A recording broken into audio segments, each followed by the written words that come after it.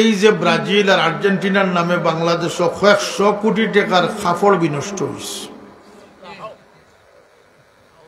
কয়েকশো কোটি টাকার ফ্ল্যাগ এবং বড় বড় ফেস্টুন লাগানি হয়েছে না নিবা জোয়ানো হল, কিছু মানুষ মারাও গেছে।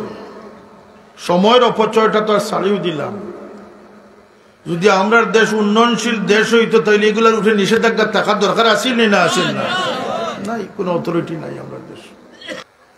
ছবি লটকাইতরায় মনে করায় ছবি দিয়ে অন্য শান বাড়াই দিলে হনের দরজা বুলন্দ হয়ে যাব। প্রত্যেকটার খেসারত কবরবাসীকে দিতে হবে। এর লাগে আওলাদ বড় সতর্কভাবে আওলাদ রাখিয়া যান, যান আওলাদের কারণে আপনি হন ধন্যবাদ পাইতে পারেন, লানত পাইতে পারেন। অতি সম্প্রতি এক ঘটনা ঘটছে, অ্যাম্বুলেন্স থেকে বাবর লাশ লামাইবার আগে ফইতে সম্পদ লইয়া বাড়াবাড়ি করে গেছে। ইলমর অভাব, বুঝর অভাব, দুনিয়া চিনছে না, দুনিয়ার হকিকত বুঝছে না।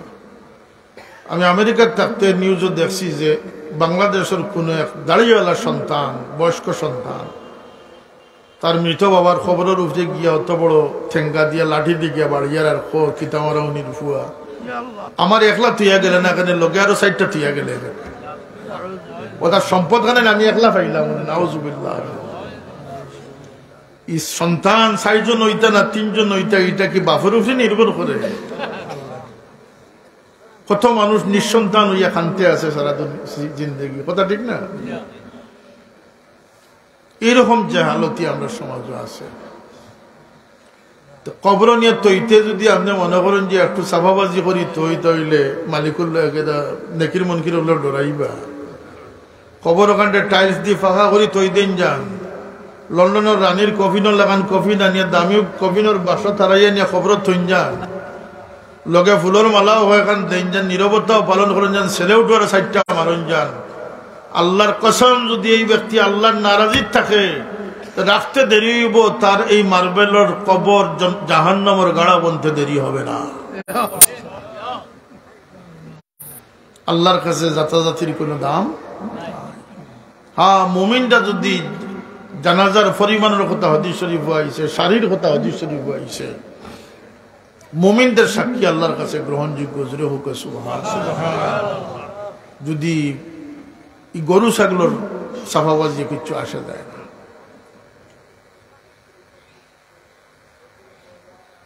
আজকের দিনে যদি শাহজালাল সাহেবের মতো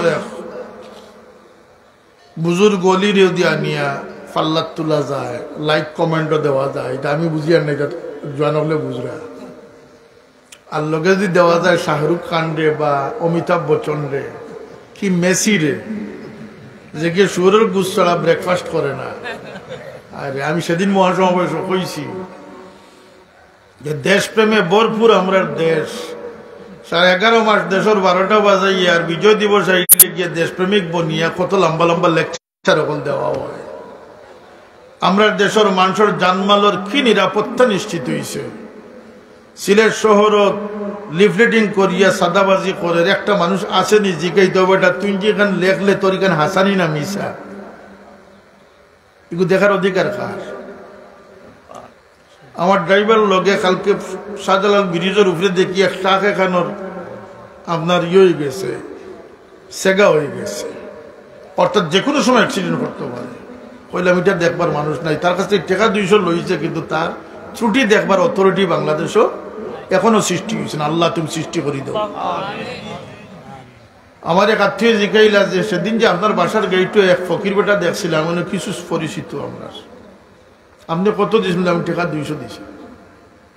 আপনার গাড়ি যাইতেও আমার গাড়ি কেন থামছে, দেখে 2 বগলি আতলে হে আটি আটি যাস। এরকম দুকাবাজি চলেন না আমরা সমাজও। এরা খেত ফির সাহেব হলে দর্থানি না, মৌলান সাহেব হলে দর্থা না, দেশের আইন শৃঙ্খলায় দর্থ মাতুন না কেন? এই নির্যাতন থেকে, জ্বালাতন থেকে যখন জাতি রক্ষা হইব তখন দেশ উন্নয়নশীল দেশ হইব। কথা ঠিক না? ঠিক না? আমরা এই যে চাপাবাজি যেটা, এটা দিয়ে কোনো মানুষের আল্লাহর কাছে সন্ধানী সম্ভব নয়। শাহজালাল সাহেব যদি লাইক কমেন্ট ফাল্লাত রাখুন, আর যদি মেসির ফাল্লাত রাখুন, মনে করেন মেসির ফাল্লা বাড়ি হয়েছে। আমি বক্তব্য কইছি যে বাংলাদেশের সর্বক্ষেত্রে যদি নিয়ন্ত্রণ রক্ষা না করা যায়, এই যে ব্রাজিল আর আর্জেন্টিনার নামে বাংলাদেশ কয়েকশো কোটি টাকার কাপড় বিনষ্ট হয়েছে, কয়েকশো কোটি টাকার ফ্ল্যাগ এবং বড় বড় ফেস্টুন লাগানি হয়েছে না নিবা জোয়ানো হল, কিছু মানুষ মারাও গেছে। সময়ের অপচয়টা তো আর ছাড়িয়ে দিলাম। যদি আমরা দেশ উন্নয়নশীল দেশ হইতো তাহলে এগুলোর উঠে নিষেধাজ্ঞা থাকার দরকার আছে না আসেন না? নাই, কোনো অথরিটি নাই আমরা দেশ। আমরা দেশের নিরাপত্তা ব্যবস্থা হইল গিয়া হাই প্রোফাইল, যারা টান টান লাগিয়া ডাকাতির বহুত পরে দেখবাই আপনার খুঁজে আস্তে আস্তে। আচ্ছা, কারণ 1 লাখ মানুষ যদি ও মফিল ও বম ব্লাস্ট হয়ে মরি যায়, কেউ কিচ্ছু হয় না।